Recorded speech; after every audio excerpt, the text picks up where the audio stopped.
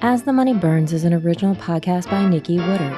Based on historical research, this is a deep exploration into what happened to a set of actual heirs and heiresses to some of America's most famous fortunes when the Great Depression hits. Each episode has 3 primary sections. Section 1 is a narrative story. Section 2 goes deeper into the historical facts.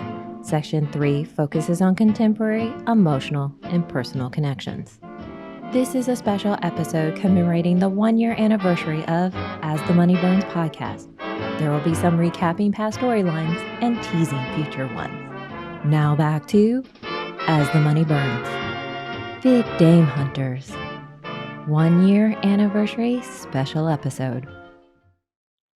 All they want is love. Everyone else wants their fortune.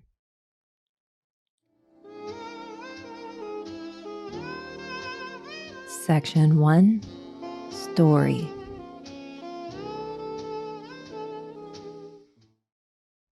Open on the Serengeti, the large open plains with all forms of wildlife. A large pride of lions amidst gazelles, elephants, and wildebeest. A watering hole depletes as more animals gather for a drink, competing with alligators and less than friendly predators. Yet the most dangerous predator is that standing a bit further away, the one seeking glory, power, and fame by taking down a magnificent beast. The hunter, a male, could be of any origin, age, race, ethnicity, religion, or class. He morphs from one to another as he moves about. Big game hunters love the thrill of the chase and need to catch the largest of the big game prizes. They will kill, skin, and mount their trophies. It's primal since the beginning of time. Heat rises on the Serengeti, melting the scenery away like a mirage, disappearing and transforming. The hunter goes from safari khakis with binoculars and a rifle to whatever uniform necessary and a killer smile. The grassy plains into a charity event at a seaside polo field. The pride of lions into the heads of dynastic fortunes. The gazelles, any of the young impressionable heiresses still waiting to fall in love. The wildebeest, elephants, and other creatures are the various guests and servants milling about. With the rise of civilization, there's a shift in priorities and focus. A bigger catch, more elusive and rare. A whole different set of skills. The faint of heart need not apply. A young heiress slips away from her guardian and friends to grab some more lemonade. Once the hunter finds his target, he will go in for the kill. No holds bar. The accidental, not so accidental, introduction. For these people, all's fair in love and war, and money. Later that week, the hunter, cleaned up as a devastatingly handsome male, dressed in his best, carries a large bouquet of flowers. He arrives outside a large, sprawling mansion. He goes up the steps and waits for the ornate door guarding those within to open. Obviously, an unexpected, but not an unknown guest to the staff at hand. When the door finally ominously opens, the handsome male pours on the charm, showing off his generous and sincere gift. The proper butler is unsure if the handsome male's company and attention is to be desired at this moment, so precautions must be taken. The handsome male is invited into the hidden enclave. The heavenly fragrance of tuberoses greet visitors upon entrance. The decor befits the location, but far beyond the normal. White marble, pink marble, gilded flourishes. An Austrian crystal chandelier hovers over the grand staircase that descends to the lower level and allows others to ascend further into the heavens. Pick your preference. Is he a spicy and suave Latin lover? A sophisticated and worldly European?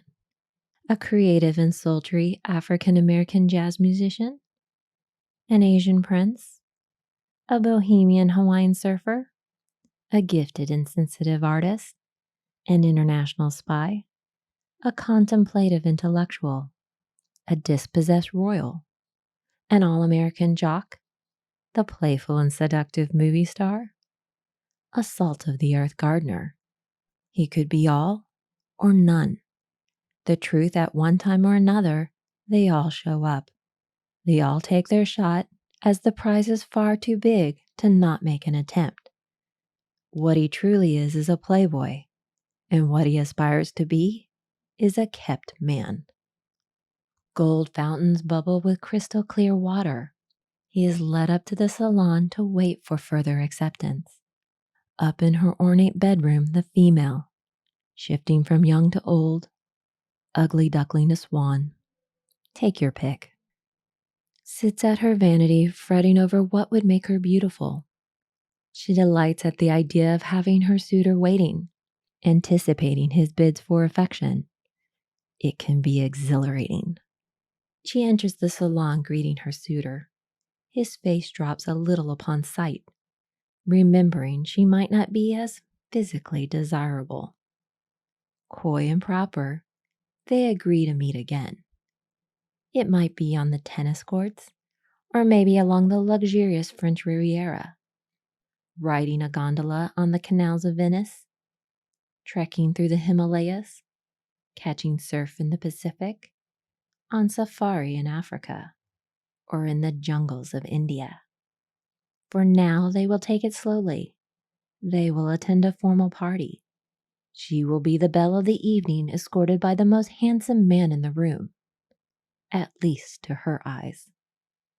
They dance cheek to cheek, her heart swelling with the hope of fairy tale romance come true. As they turn and promenade, he gets ready for the kill. His hands tangle with her long strand of pearls.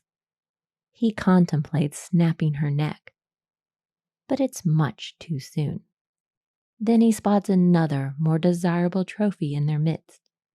The female might be prettier, older, curvier, or even uglier.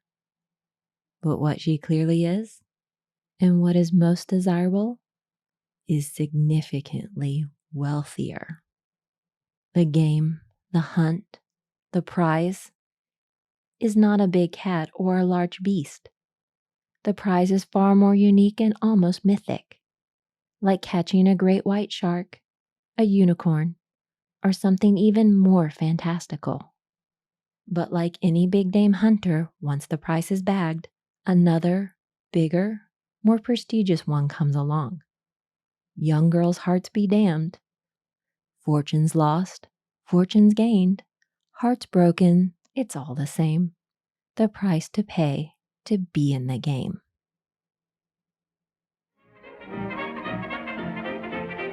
Section 2, History and Historiography.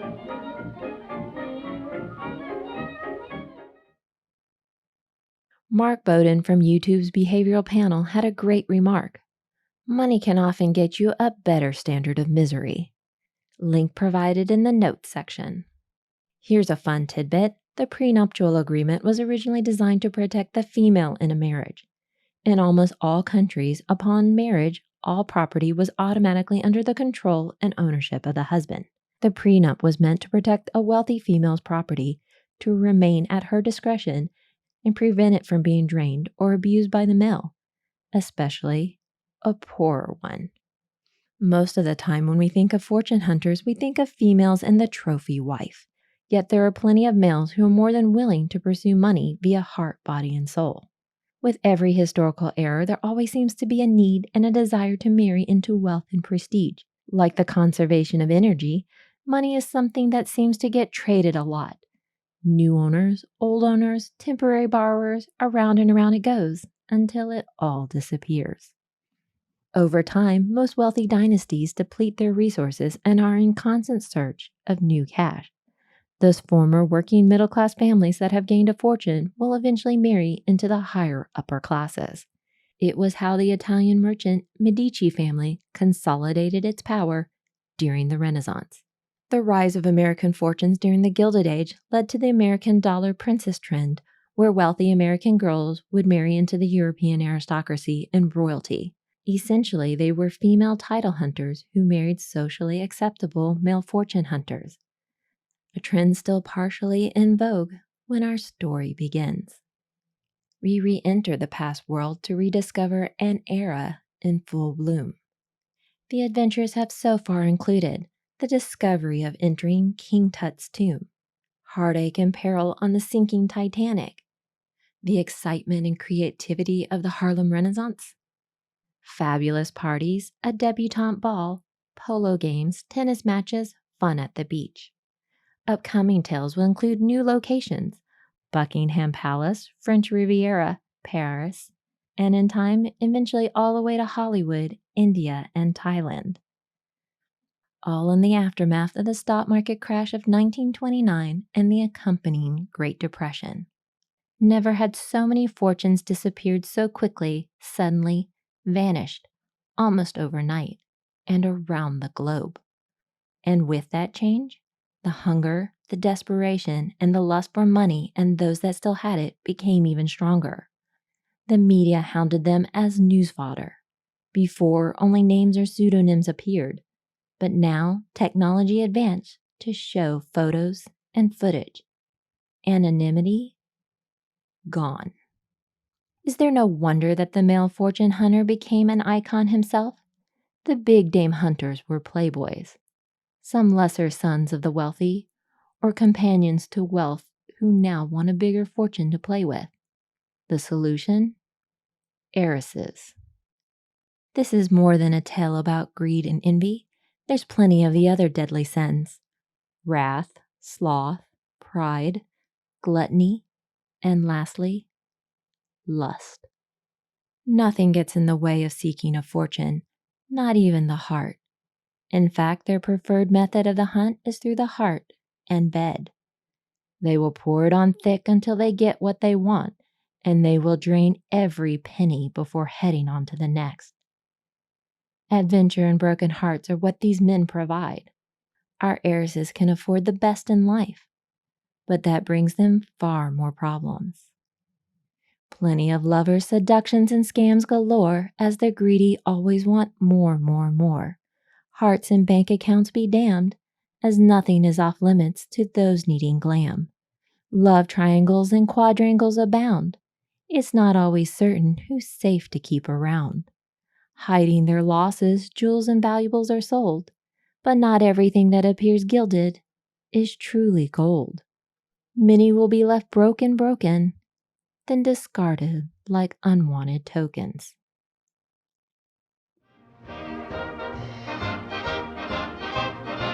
Section 3, Contemporary and Personal Relevance.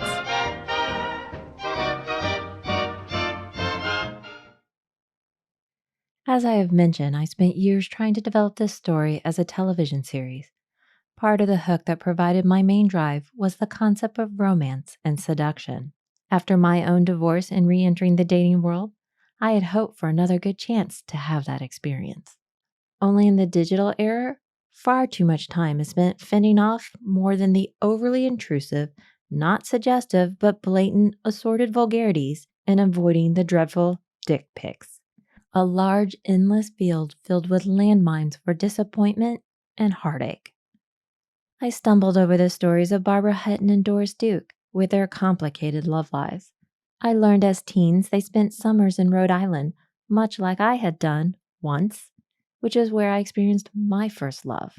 I read about their first marriages and felt a sense of connection to their hopes and dreams that turned into nightmares. Luckily, I had already decided to turn this tale into a podcast when the pandemic and lockdown broke out. The addition of the modern section was largely in response to criticism, especially during the current predicament, as why should we even care? That little question opens so many more explorations, both psychologically as well as contemporary highlights, from personal revelations to better emphasize and contextualize emotions behind any given dynamic, to ongoing cultural, political, and sometimes even criminal situations, reminding us that history is forever cyclical and alive. A never-ending trail of segues, side paths, and detours to better illustrate time, place, situation, and characters, going beyond the limits of more narrowly focused methods of solely literary, versus documentary-style storytelling. This has yielded some crazy parallels. A Ponzi scheme that ensnared Daytona, AT&T, and Warren Buffett's Berkshire Hathaway. Movies and television series inspired by people and situations like the Mummy franchise and Downton Abbey's connection to the discovery of King Tut. The British royals past and present. The GameStop takedown of hedge funds. As well as future subject and connections with famous music videos, today's celebrity culture, and television series like The Crown and Bridgerton. And there is always a new Ponzi scheme or story ready to surface in our midst. The pandemic and lockdown is still in effect, but hopefully not too much longer. I appreciate all the time and attention you have given to this podcast. I hope you have enjoyed the stories because there's so much more to tell. Thank you to all my friends and family for the ongoing encouragement, useful critiques, technical saves, and input during the process of making this series. Lastly, I want to thank Past Perfect Vintage Music, whose wonderful and amazing catalog of digitally restored and remastered music appears throughout each episode. The range from dark and gloomy to fun and playful from the time period and era adds a special touch. It really is from the past and perfect in setting the mood and tone. Big band, swing, 20s, 30s, 40s, specialty themed albums, famous musicians, Irving Berlin, Benny Carter, Glenn Miller, the Savoy Orpheans, only to name a few. It's a treat to see what new song to include next. Episode song details can be located via As the Money Burns website or in the podcast notes section. And check out their website, www.pastperfect.com, for more of their collection. The main theme song, My Heart Belongs to Daddy by Billy Cotton, will play in full. We look forward to your return to As the Money Burns, the ongoing saga of love and money. Until then. As the Money Burns is an original podcast written, produced, and voiced by Nikki Woodard, based on historical research. Archival music has been provided by Past Perfect Vintage Music. Check out their website at www.pastperfect.com. Please come visit us at As the Money Burns via Twitter, Facebook, or Instagram. Transcripts, timeline, episode guide, and character bios are available at asthemoneyburns.com.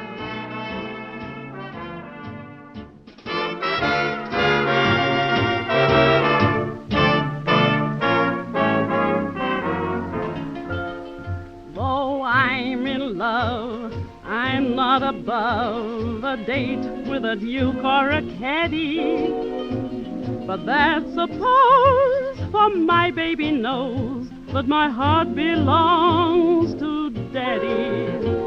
When some good scout invites me out to dine on some fine Finnan headies, my baby's sure his love is secure, 'cause my heart belongs to Daddy. Yes, my heart belongs to Daddy, so I simply couldn't be bad. Yes, I'm gonna marry Daddy.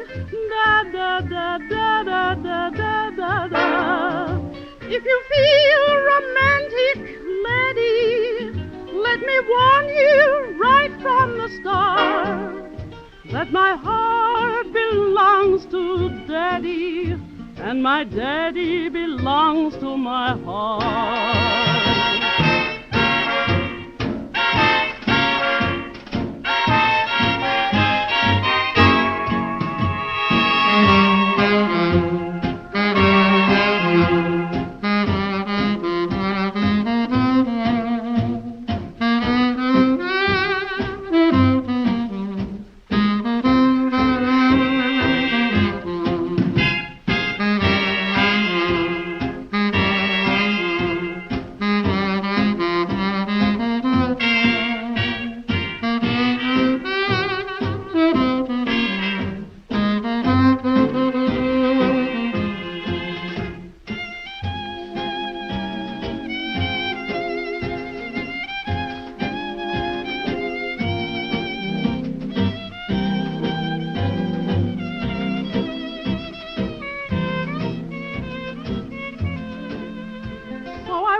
want to warn you, laddie, though I know you're perfectly swell, that my heart belongs to Daddy, 'cause my daddy, he treats it so well.